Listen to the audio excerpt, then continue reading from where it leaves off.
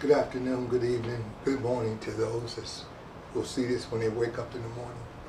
You know, yesterday OJ Simpson passed away, and as I said earlier on Facebook, I have to salute OJ because at one time he was America's favorite hero, favorite football player.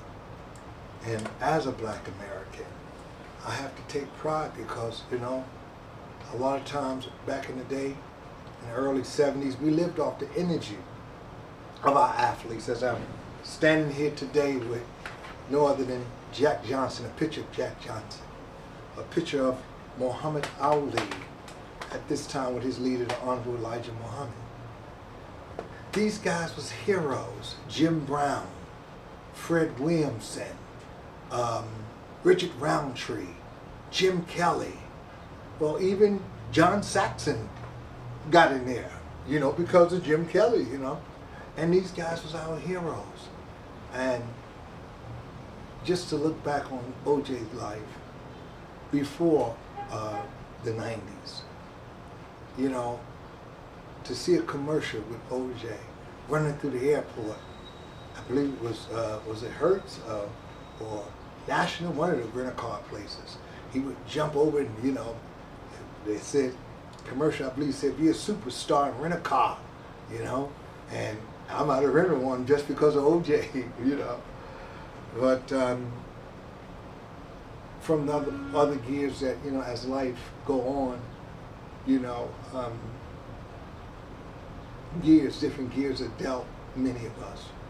And, you know, sometimes we veer and become strange. I'm not here to talk about that today.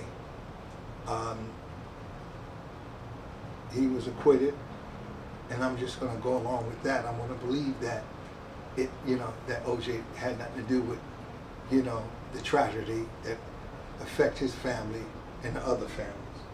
But I just want to say to everybody, cheerio to you, OJ. You know, President of BASA News, I wish I could have met you just to sit down and have an interview with you. And as I remember a part of the tragedy, that when you were in the car with Al Collins, I believe it was, and you guys was driving, you know, and the police was after you. And I remember as we all paused, I know I paused when they said your mother went to the hospital, because at that time I had a mother that was getting up there in age herself. And, you know, of course we always have to pause for mama.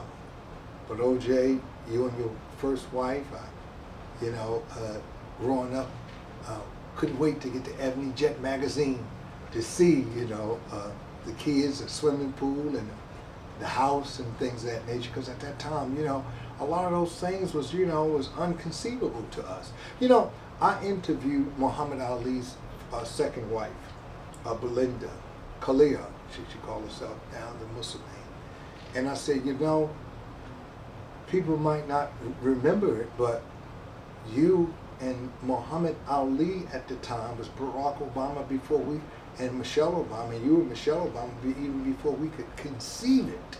Well, how could we conceive it when we came under the Jim Crow law and everything that was against us? And the 70s was that mid-age year that, you know, that time, that decade was when we were coming up. We were, if you went to 78, you were 10 years out of the assassination of Dr. King. So a lot of things troubled us, you know, and, you know, those athletes back in those days, hell, Rosie Greer, Big Rosie, you know, oh man, there were even Joe Namath, you know, and stuff. Yes, we needed that ride, man. We needed that energy, you know. So I say to OJ's family, with all my heart and honesty in my heart, I say I'm sorry, and you have my deepest condolence. God bless you. God bless the family. And God bless the journey of OJ Simpson. God bless.